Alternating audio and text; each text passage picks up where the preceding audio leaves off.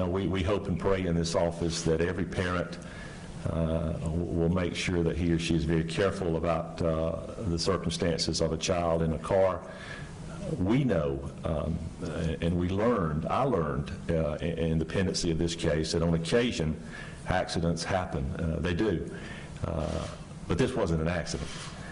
We categorically, unequivocally were convinced from literally the very first day that this was an act that was done with minimally negligence to begin with, and then malice as the investigation ran its course. And so I do think in some ways it's accomplished the goal of making people very, very aware in this community, throughout the metropolitan Atlanta area, probably in the state of Georgia, and maybe even further on a national level, of the fact that you have to be extremely careful and cautious when placing your child in a car seat, and making sure that you don't in any way forget that circumstance or forget that child is there. But again, this case, we believe, and a jury, I think, spoke very strongly and convincingly that they believed it as well, that this was not an accident, this was an absolute intentional act. I don't know if it's for you, Mr. Reynolds, or Mr. Sure. Moore, you may want to answer, but in the statement you mentioned that defense not bringing any arguments was a defense strategy. Can you elaborate and explain, when you said it was a strategy, what that is or was? Well, what I can only, excuse me. From an appellate standpoint, a lot of times we have cases when we look back at it, there are brought up appeals that, you know, the defense could have put forward mitigating circumstances or something at sentencing, and cases have been reversed where the defense does not put up any evidence in mitigation or anything like that.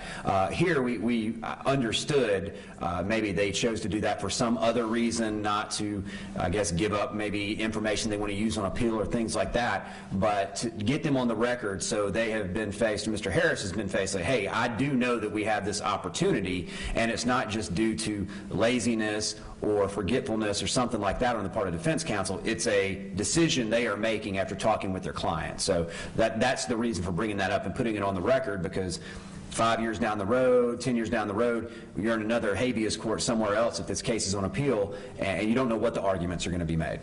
Chuck, can you expound on what Vic said earlier about this being an unusual case, and we normally cover murders with knives and guns? This didn't have either one of those. Mm-hmm. How unusual is this, and how challenging for you? Oh, it was very challenging in that, I mean, it's almost like proving a negative to start with. You know, you see all this evidence circumstantially, just the minimum part of it, and you realize, and you start looking at it, you know, did this person do this intentionally?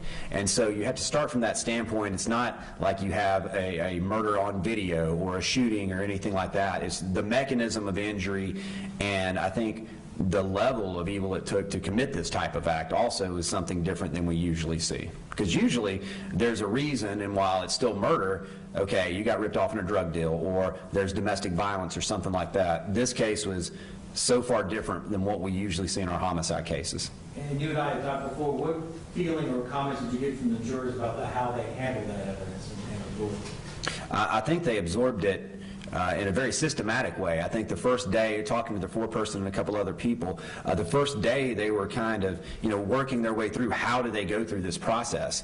And then they created a plan where they were going to go through and discuss each issue. And when they did it, each juror was going to be allowed to have their say, so no one would feel like they were left out of being able to deliberate. But when speaking with them, they didn't seem to have, they were very thorough in their examination of the evidence, but they really didn't have a lot of questions about the evidence once they had gone through it. Chuck, this is the max sentence. It's one thing to win the case, but then for attorneys, the sentencing is sort of the finality of this. Give us your reaction to it. I really think it's the only sentence that reflects the verdict in this case. I don't think you could have any other sentence that would be appropriate when somebody's been convicted of intentionally taking the life of a 22-month-old child. Not only doing that, but doing it in such a painful, deliberate way. To follow up on what Debbie just said, reporters learn that we put stories behind us because, as I tell my wife, if we don't go crazy, we go crazy. Looking at this case, is this something that's going to be with you for a while? Can you put this behind you, or do you need time to work out when basically what happened?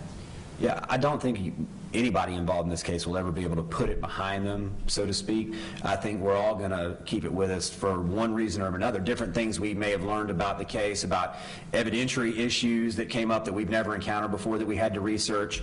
It was just such an overwhelming case as far as the investigation, things that we learned that we could have done differently maybe. I think in that respect we're always going to keep that with us, but I think also, you know, everybody involved in this case is going to remember it because of that victim. And so we'll move on and we'll keep doing our jobs and we'll keep seeking justice for children and victims of crime. So in that regard we're going to move on, but I don't think any of us will move on or forget this. Anything else, guys? Thank y'all so much. Thank you.